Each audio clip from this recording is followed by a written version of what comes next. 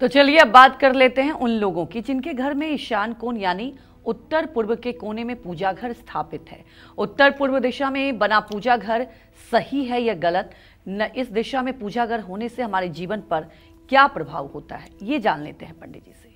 बताएं पंडित जी। देखिए, प्रातः काल उत्तर पूर्व भाग, अगर आपके पास कंपास है तो आप देखिएगा 22.5 डिग्री से लेकर के और 65 डिग्री के बीच में अगर आपका पूजा स्थान है, या 22 से 45 डिग्री के बीच में आपका पूजा स्थान है, या 45 से 67 डिग्री के बीच में आपका पूजा स्थान है, तो मैं दावे के साथ कहता हूँ, अगर आपने उस पूजा स्थान में अलमीरा नहीं रखा होगा, कपड़े नहीं ठूसे होंगे, गंदगी नहीं भरी होगी और केवल साफ सुथरा पूजा स्थान होगा, तो आपकी कुंडली कुछ भी कह रही हो, चाहे जो 7.5 महादशा चल रही हो, आपका कुछ बिगड़ने वाला नहीं है। क्योंकि ईश्वर की वो कृपा आपके ऊपर ऐसी बरसेगी कि आप सारी मुसीबतों से निकल करके और हर समय निखार पर रहेंगे। लेकिन क्या आपका पूजा स्थान 22 डिग्री से 67 डिग्री के बीच में है? सोच के देखिएगा। अपने घर के मध्य में, अब तो हर मोबाइल में कंपास हो गया है, अपने घर के मध्य ब्रह्म स्थान में जाकर के और वहीं अपना जो है कंपास चालू कर दीजिए और उससे देखिए कि क्या आपका पूजा स्थान 22 डिग्री से 67 डिग्री के बीच में है। क्या देवताओं का मुंह पश्चिम की दिशा में है? क्या आप पूजा करने बैठते हैं तो आपका मुंह पूरब दिशा में है? क्या मंदिर पर्याप्त जगह में है? क्या मंदिर बहुत सकरा तो नहीं है? इन सब बातों का ध्यान अगर आप दें और इन सब बातों पर यदि आपका मंदिर खरा उतरता है तो आप विश्वास करिए, आपके जीवन में बड़ी से बड़ी परेशानी आए लेकिन वो छूमंतर हो जाएगी।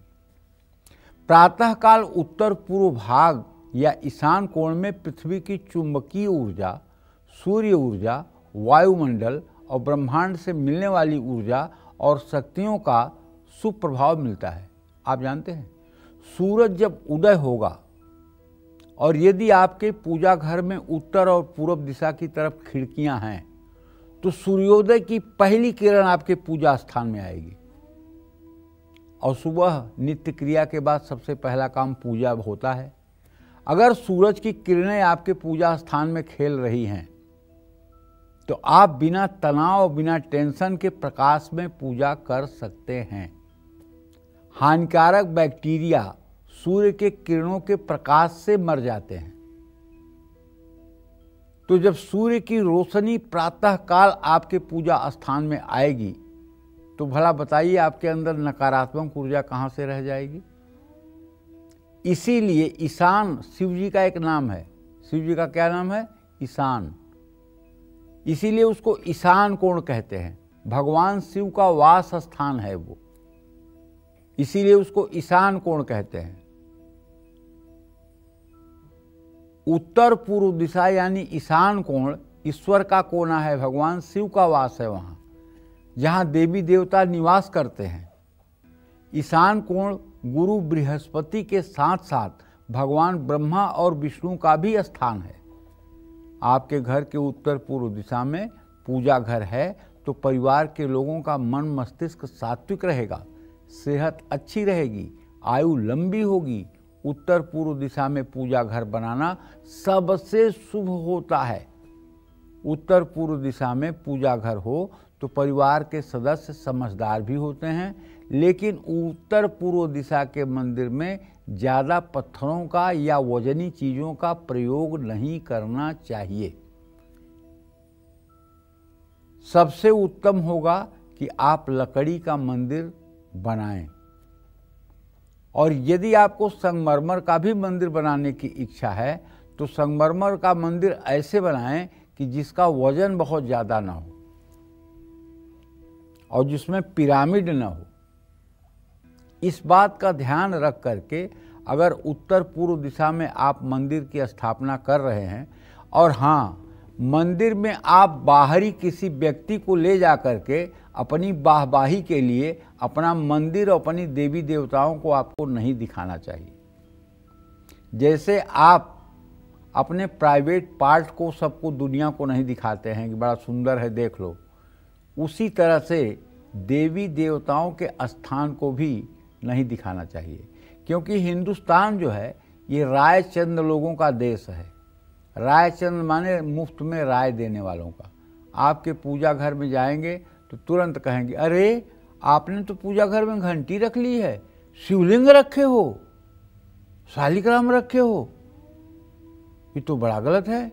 आपने तो घर में देख रहा हूँ अब शिवलिंग रख लिए हो, शालिग्राम रख लिए हो, ये तो बहुत गलत बात है। मतलब ना उन्होंने धर्मशास्त्र से पीएचडी किया है, ना उनको पुराणों का ज्ञान है, न उन्होंने कभी धर्मशास्त्र को पढ़ने का अभ्यास किया है, लेकिन उनका दिमाग चलेगा और आपको 4 बात बता देंगे और उससे आपके मन में एक कन्फ्यूज़न पैदा हो जाएगी।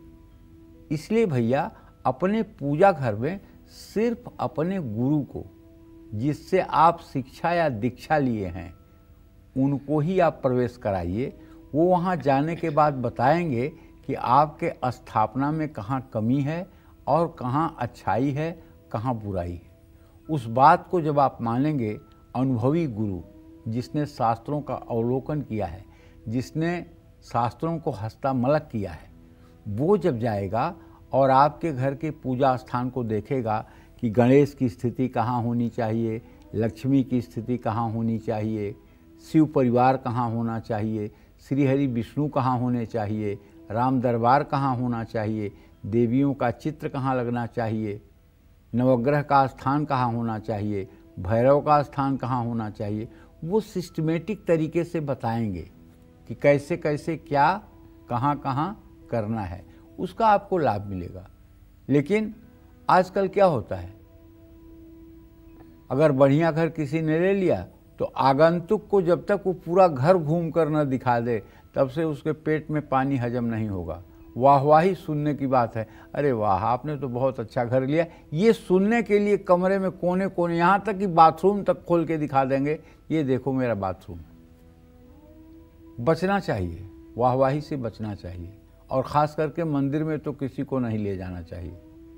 अगर मजबूरी है, मंदिर आपका दीवार पर है या ड्राइंग रूम में है, दूसरी कोई जगह नहीं है जहां आप बना पाते, तो मंदिर पर पूजा करने के बाद आपको पर्दा लगा देना चाहिए।